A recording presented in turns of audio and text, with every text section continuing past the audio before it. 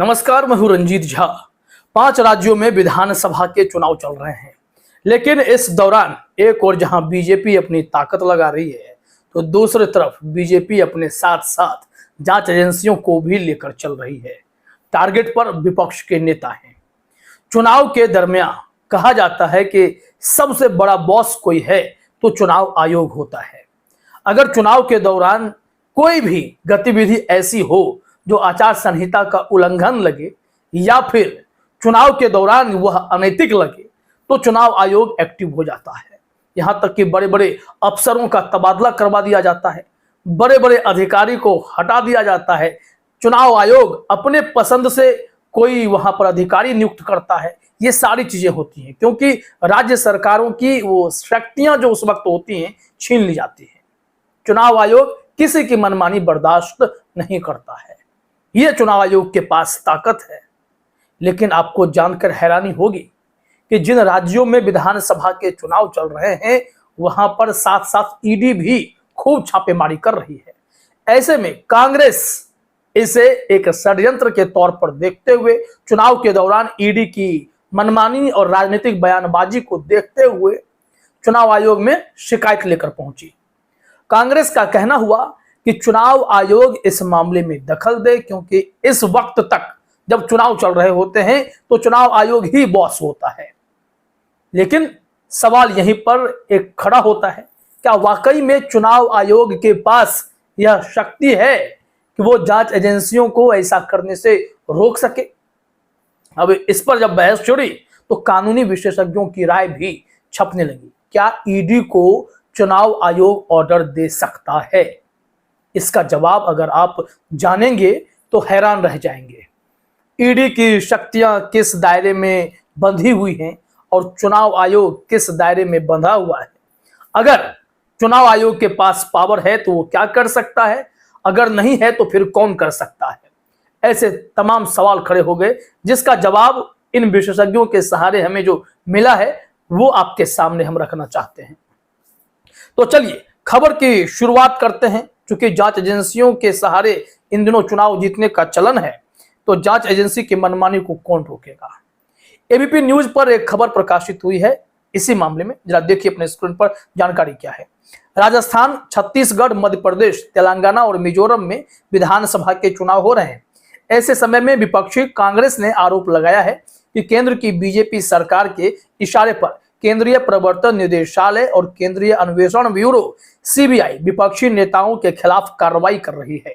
इन पार्टियों ने केंद्रीय एजेंसियों पर लगाम लगाने की मांग चुनाव आयोग से की है। जरा यहां ध्यान दीजिएगा, राज्य सरकारों में जितने भी घोटाले निकलकर सामने आते हैं, छोटे बड़े आरोप ही सही, जांच एजेंसियां उसमें तुरंत कूद पड़ती हैं। लेकिन उसमें जांच एजेंसियां तभी काम करती हैं जब सरकार विपक्ष की होती है।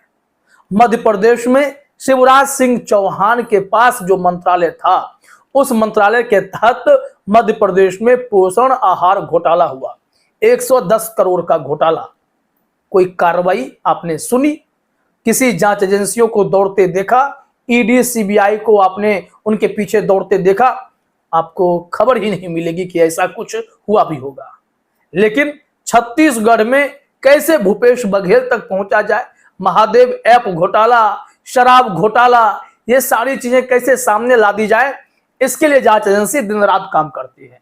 राजस्थान में कैसे अशोक गहलोत की छवि खराब की जाए, कैसे उनके बेटे को पूछताछ के लिए घंटों बिठाया जाए, कैसे कांग्रेस के वहां के प्रदेश अध्यक्ष राजस्थान के उनके बेटों को बुलाया जाए, ये सारी चीजें चलती हैं और जांच एजेंसियां दिन रात काम करती हैं। लेकिन मध्य प्रदेश के पोषण आहार घोटाला पर कोई जांच कर दे, सवाल ही नहीं है। लेकिन बड़ा सवाल यही है कि चुनाव के दौरान भी जांच एजेंसियां शांत नहीं बैठती, उसी हिसाब से कार्रवाई कर रही होती हैं।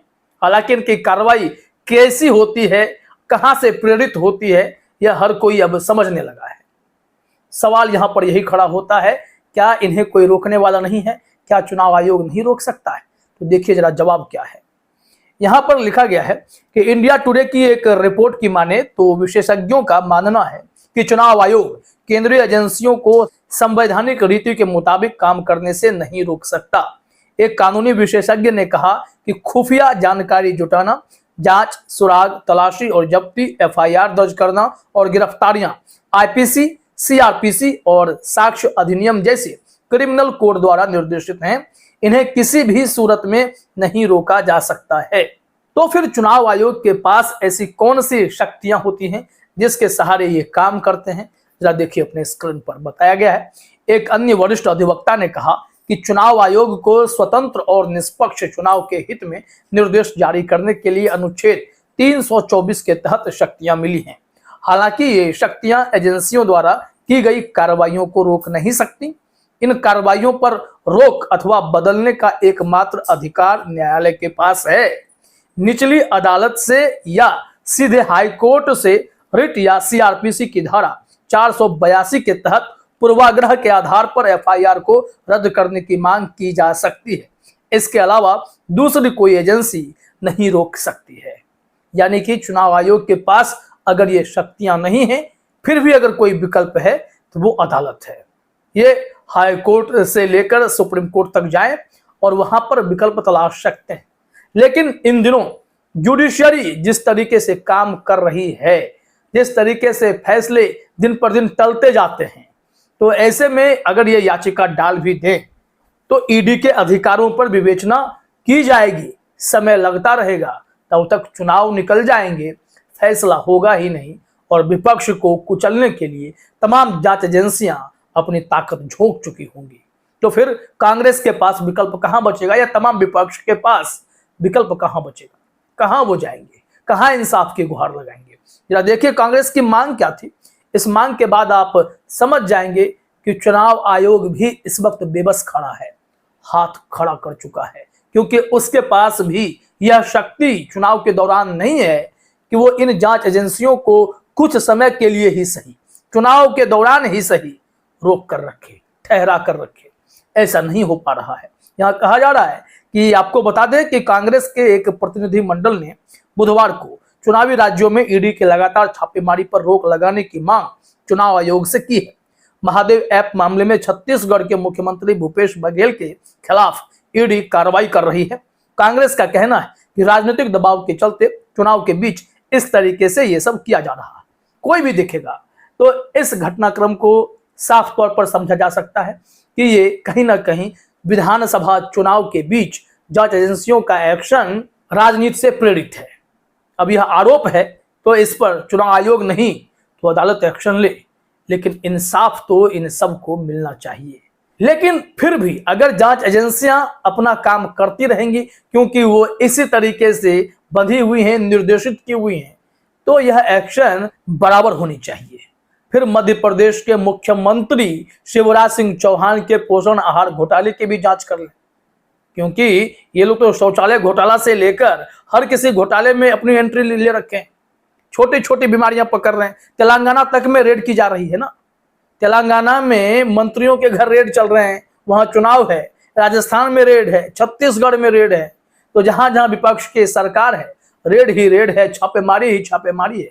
सबको पकड़कर सलाखों के पीछे डालना है तब तक जब तक बीजेपी की सरकार ना बन जाए। विपक्ष का यही तो आरोप है।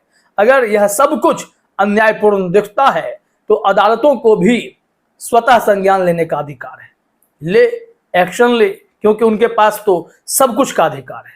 वो चुनाव आयोग को भी ऑर्डर दे सकते हैं, वो स्पीकर को भी ऑर्डर दे सकते हैं, प्रधानमंत्री तक को फटकार लगा सकते हैं। सुप्रीम कोर्ट बहुत ताकतवर है, तो इस ताकत का इस्तेमाल करने का भी तो वक्त आ गया है। इंतजार कीजिए कौन पहल करता है। CJID व चंद्रचूड़ से उम्मीदें बढ़ जाती हैं। फिलहाल इस वीडियो में इतना ही। आप सभी का हमसे जुड़ने के लिए बहुत बहुत धन्यवाद।